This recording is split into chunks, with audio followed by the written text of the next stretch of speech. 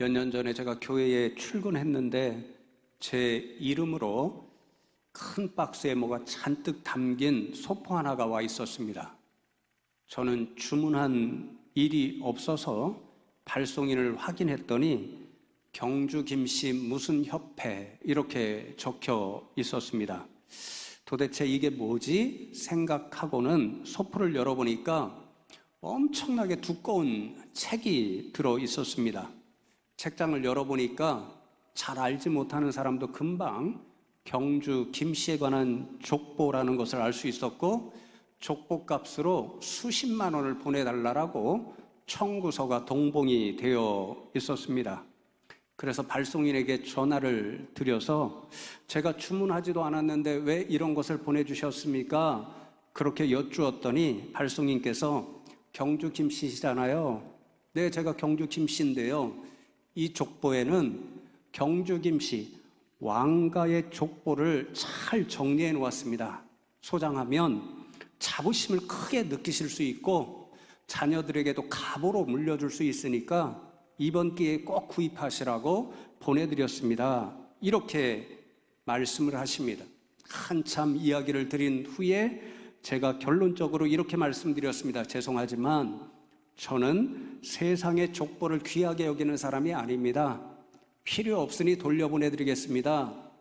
그랬더니 그 음성 반응이요, 얼굴 표정은 뵙지 못했지만 참 이상한 사람도 있다, 이런 느낌이 제게 전해졌고 그냥 돌려보냈습니다.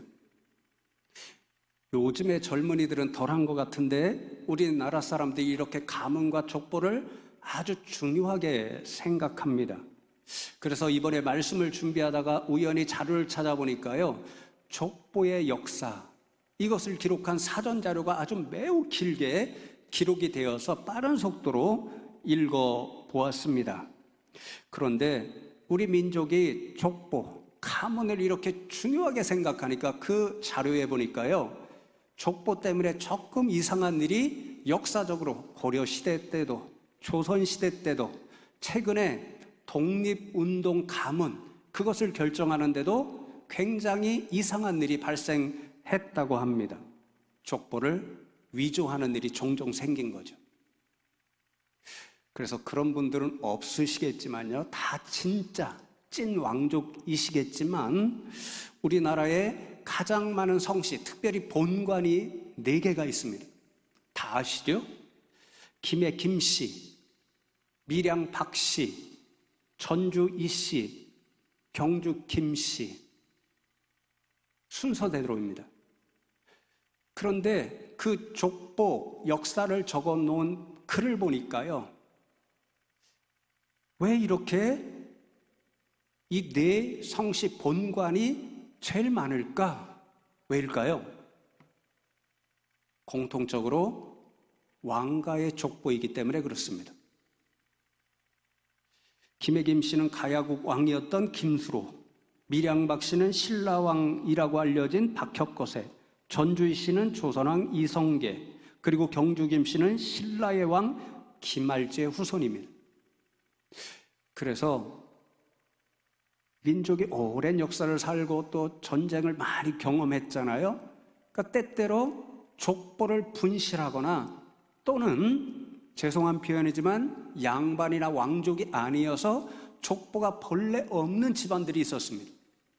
그런데 역사적으로 우리나라, 우리 민족이 족보, 가문을 매우 중요시하게 생각하니까, 그러니까 역사 내려오면서 어느 순간에 어느 집안이 우리 족보가 필요한데 족보를 만들면서 왕가의 족보를 가져다가 사용한 거죠. 그리고 어떤 경우에는 돈으로 왕가의 족보에 자신의 이름 가문을 올린 겁니다. 그러니까 그 기록, 이 사전을 보니까요, 우리나라 전 국민 대부분이 족보를 살펴보면 대부분 1순위로 왕가의 족보에 이름이 올려 있거나 2순위로 양반의 족보에 이름이 올려 있다고 합니다. 모두가 다 양반이거나 왕족인 거죠. 이렇게라도 다 왕가의 후손이 되고 싶은 것이 아마 우리의 자연스러운 심정인 것 같습니다. 저희 집안도 유사합니다. 제가 경주 김씨 판광공파 왕가의 후손입니다. 그렇게 안 보이시죠? 그런데 진짜입니다. 집사람과 결혼해서 가끔 저희 집사람 가문은 족보는 파평윤 씨 양반입니다. 저는 왕족입니다. 그러니까 집사람에게 간도 크게 나는 왕의 후손이니까 종종 궁중 음식을 해서 올려주셔야 됩니다. 그렇게 요구한 적도 있고 그래서 크게 혼났죠. 그런데 저희 집안의 족보의 역사를 솔직하게 말씀드리면 분명하지 않습니다. 아버님의 말씀에 따르면 저희 증조 할아버지 때에 저희 집안이 참 잘 살았는데 완전히 망했습니다. 그러니까 족보를 관리를 못해서 분실하고 말았습니다. 찾을 수가 없습니다. 예전에 족보가 없는 가문이다 그러면 수치를 느꼈잖아요. 그러니까 할아버지 때에 이래서는 안 되겠다 싶어서 족보를 다시 찾아보았지만 찾을 수가 없어서 이웃에 아주 먼 친척도 아닌데 친척 같은 분, 그런 가문이 있어서 그 족보에 이름을 올렸다고 합니다.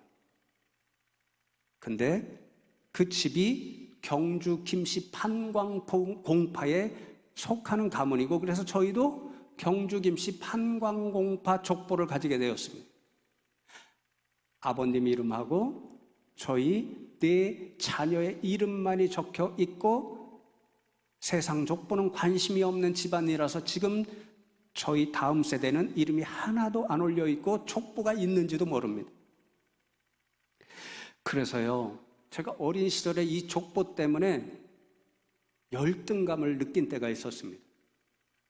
학교에 가면요, 요즘 우리 오늘 세례받게 되는데 우리 아이들은 그런 이야기 안 할 것 같아요. 뭐 게임이나 이런 것 주로 이야기하겠죠. 아이들이 가끔 족보 이야기를 합니다. 어떤 때냐면 제사가 있을 때. 아시죠? 경험하셨죠? 학교에서 이야기를 합니다. 우리를 제사가 있는데 우리 집안이 경주 김씨 무슨 파 몇 대 후손이야. 왕가의 가문이야. 또 어떤 친구는 우리 집은 전주희 씨 무슨 파 몇 대 손이야. 총손의 집안이야. 그래서 제사를 우리 집에서 지내. 자랑합니다. 어머니는 힘들어 죽는지도 모르고 애들은 자랑하는 거죠. 그런 이야기 들을 때 저는 마음으로 알잖아요. 우리 족보는 분실됐고 분명하지도 않은 다른 집에 올려놨고, 그러니 그런 생각하면 저절로 주눅이 듭니다. 지금 생각해보면 제 친구들, 자랑하던 친구들의 족보도 어쩌면 다른 집안의 족보일 수도 있겠다, 이런 생각을 하게 됩니다. 그런데 어느 순간에 이 족보 때문에 제가 느꼈던 열등감, 이런 것으로부터 깨끗이 해방되는 그런 일이 있었습니다. 바로 오늘 함께 나눌 요한계시록의 말씀을 알면서부터였습니다. 요한계시록의 전체 말씀을 읽어보면 우리에게는 세상 족보와 비교할 수 없는 하나님 나라의 족보가 있습니다.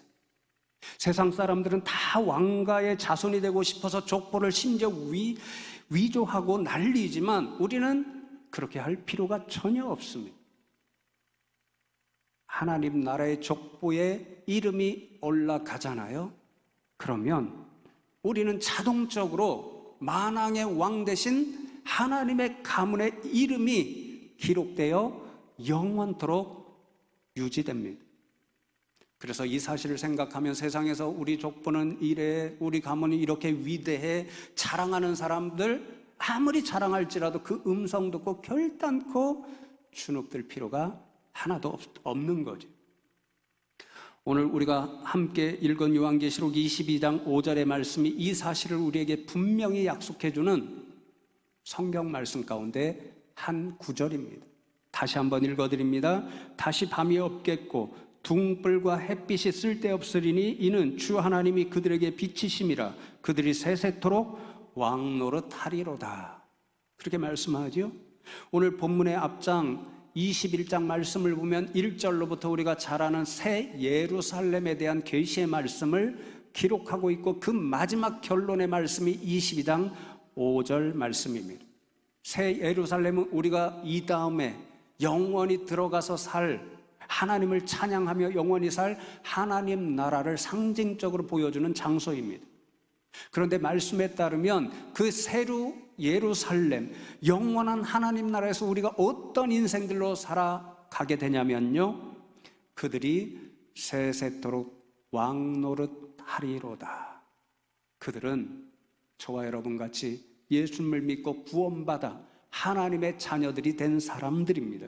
그러니 저와 여러분 모두는 새 예루살렘, 영원한 하나님 나라에서 영원토록 왕노릇하며 살게 되어 있습니다.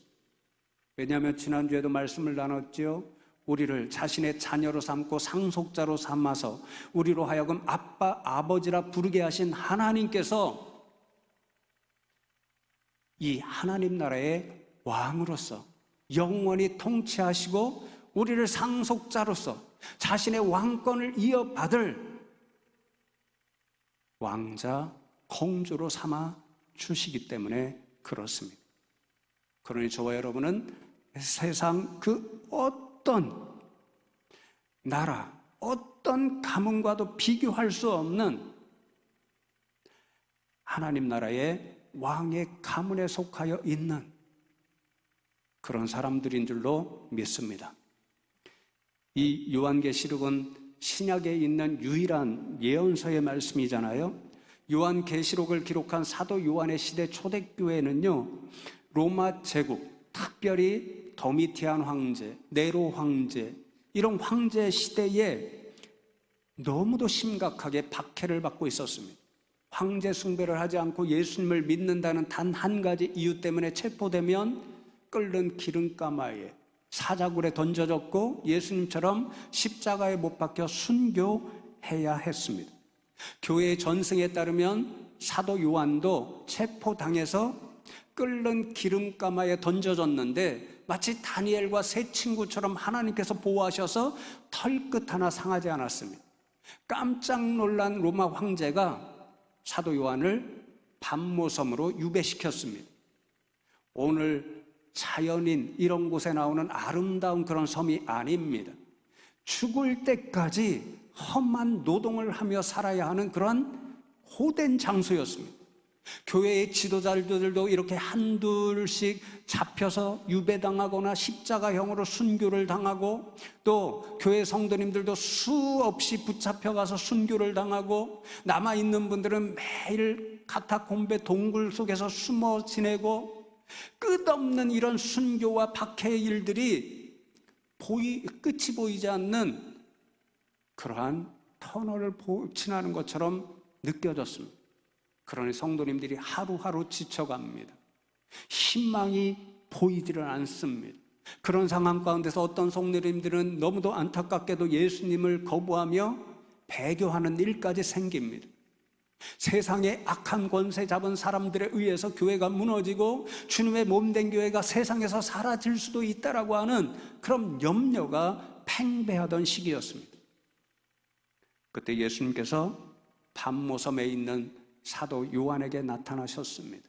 그리고 요한계시록의 모든 말씀, 곧 이 말, 하나님의 분명한 말씀이다, 계시의 말씀을 들려주셨고 다 받아 적으라고 말씀했습니다.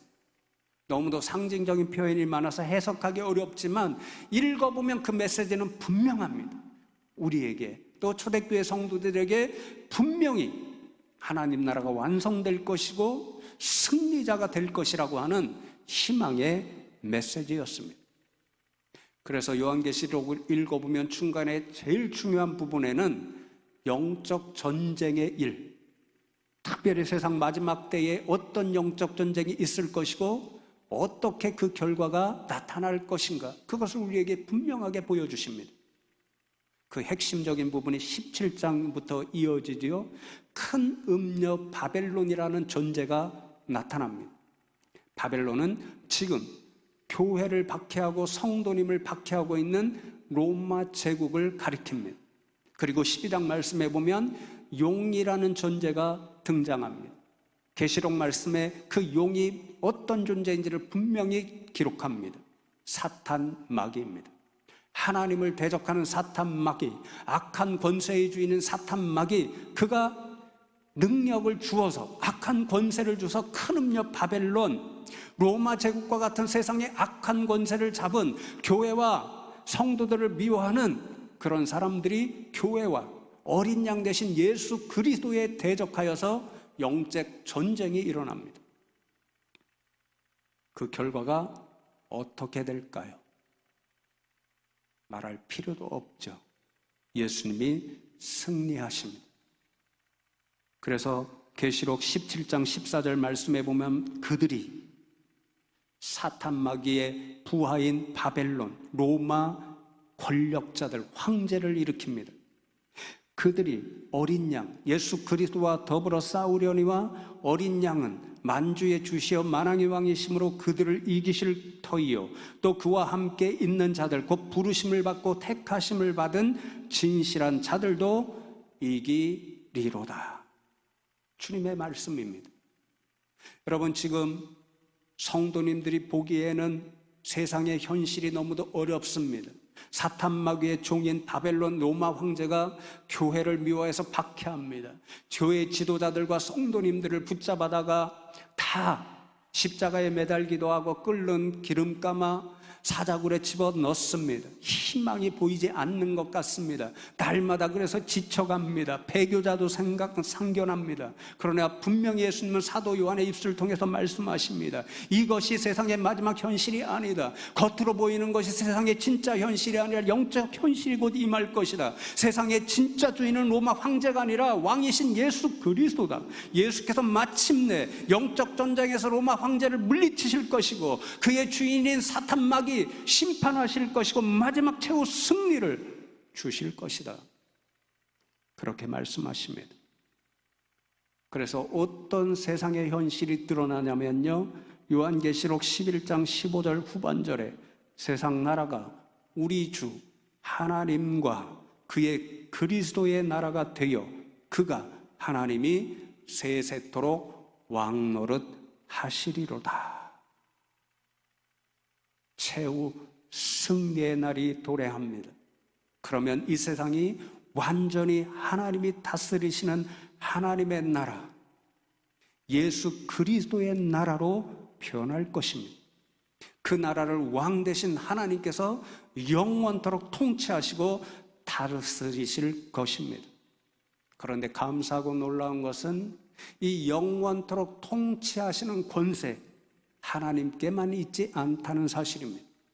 하나님께서 자신의 상속자 상속녀로 삼아주신, 자신의 왕의 가문의 족보에 이름을 올려주신 저와 여러분 모든 믿음의 사람들에게도 왕권을 위임해 주셔서 영원토록 하나님과 더불어 하나님 나라를 통치하도록 세세토록 왕노릇하는 특권을 주신다라고 약속하십니다. 그러니 저와 여러분은 다 왕이요 여왕입니다. 아무도 아멘 안 하시네요. 세상 족보에는 다 왕의 자손이 되셔 싶어서 위조하기도 하는데 하나님 나라의 영원한 왕이라고 하시는데 아멘이 없네요. 왕이시죠? 여왕이시죠? 그렇습니다. 성도 여러분, 오늘 교회가 참 힘이 들지요? 마치 로마와 같이 사탄 마귀의 권세를 받은 세상의 많은 사람들이 교회를 오해하고 손가락질하고 미워합니다. 그러나 기억하시기 바랍니다. 그 세상이 최후 승리자가 결코 되지 않습니다. 최후 승리자는 교회와 성도님들이 될 것입니다. 세상이 교회를 다스릴 수 없습니다. 교회가 세상을 다스리는 진짜 왕이 될 것입니다. 세세토록 왕노릇하는 그 특권과 권세는 세상에게 주어지지 않고 오로지 교회와 성도님들에게 영원토록 주어질 것입니다. 왜 그렇습니까? 만왕의 왕이신 하나님께서 그렇게 해 주실 것이기 때문에 그러합니다. 오늘 교회 절기상 성령 강림 주일입니다.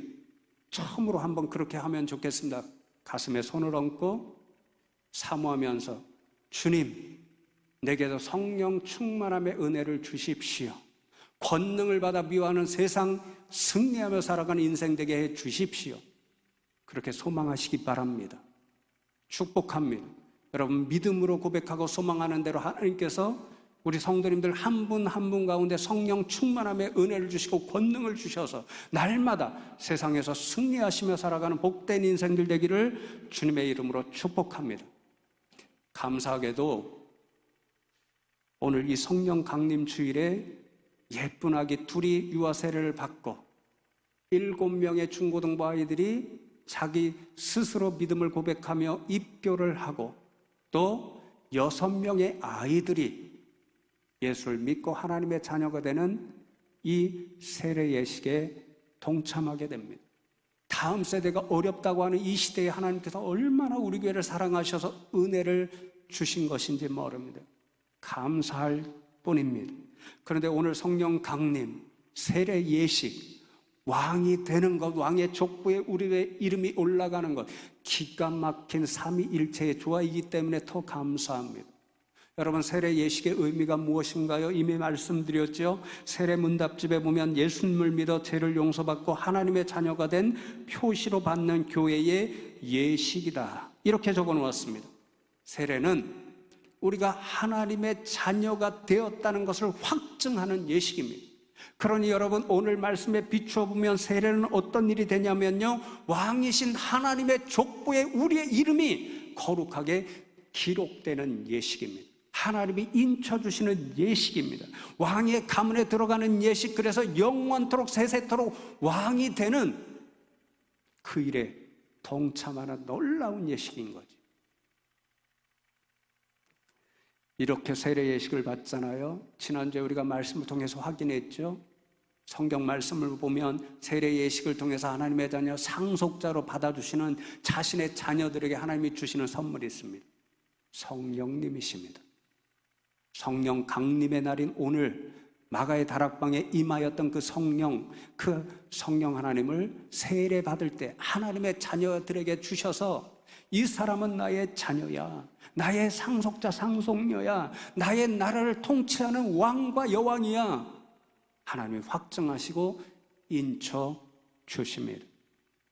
그러니 저 뒤에 다 앉아 있는데요, 오늘 입교하고 유아 세례 받고 세례 받는 우리 자녀들 기억하여 주시기 바랍니다. 이 예식이 얼마나 복된 예식인지 분명히 기억하시기 바랍니다. 여러분 다 오늘 세례를 받음으로 하나님의 자녀가 되고 왕의 가문, 영원한 하나님 나라 그 족보에 여러분의 이름이 분명히 새겨지는 날입니다.